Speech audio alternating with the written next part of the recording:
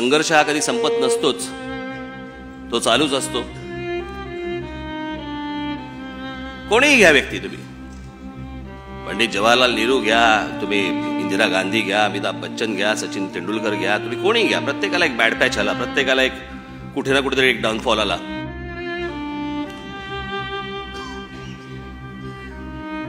आणि इतक्या मोठमोठ्या लोकांच्या आयुष्यामध्ये जर समजा बॅड पॅच आणि डाऊनफॉल जर येत असतील, आपल्या तर येणारच, प्रत्येकाच्या येतो. मला अजूनही आठवतंय की एके दिवशी 84 ची गोष्ट, 84ला भारतीय जनता पक्षाचे 2 खासदार आले होते आणि त्याच्यानंतर एके दिवशी अटल बिहारी वाजपेयींची सभा झाली होती.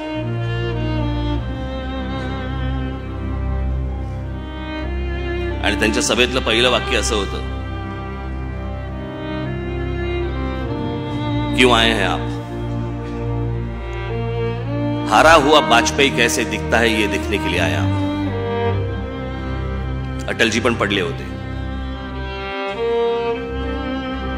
मी हे उदाहरण तुम्हाला एवढ्यासाठीच सांगतो, ही सगळी उदाहरणं, हे सगळे चढ उतार हे सगळे आपल्या प्रत्येकाच्या आयुष्यामध्ये असतात. पण या लोकांनी उतारानंतर परत चढ पाहिला, कारण खचले नाहीत.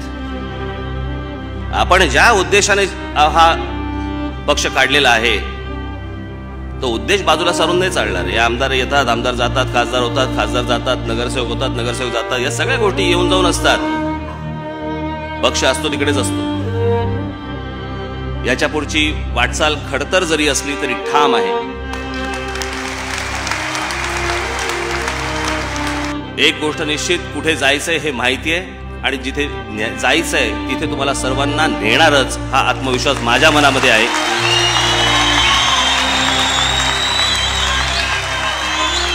मी पहिल्या सभेला मी जे सांगितलं होतं, पहिल्या सभेच्या वेळेला मी जे सांगितलं होतं तेच मी तुम्हाला सांगतोय की जगाला हेवा वाटेल असा महाराष्ट्र आपल्याला घडवायचा आहे.